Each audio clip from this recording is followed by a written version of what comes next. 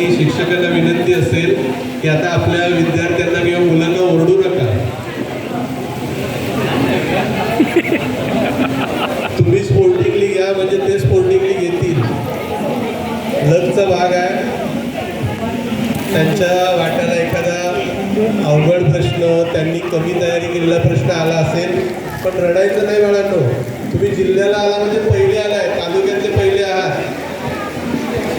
जिल्हा फक्त स्पर्धा घेतली, रडू नको बाळा, तुम्ही पण पहिले आहात.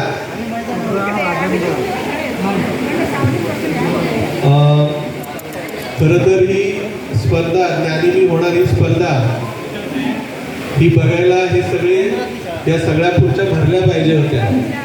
पण आज सकाळपासून आपण सर्वजण पाहताय की ज्ञानी होणार स्पर्धा आणि फक्त पहिल्या 3 ते 4 ओळीच भरलेले आहेत.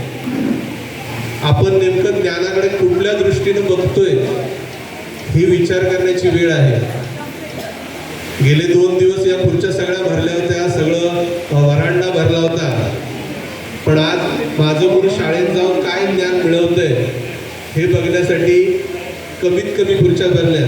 आपण सर्वांनी विचार करूया आणि भविष्यात या खुर्च्या जास्तीत जास्त भरल्या जातील, वरांडा देखील भरला जाईल या दृष्टीने आपण सर्वांनी प्रयत्न करूया.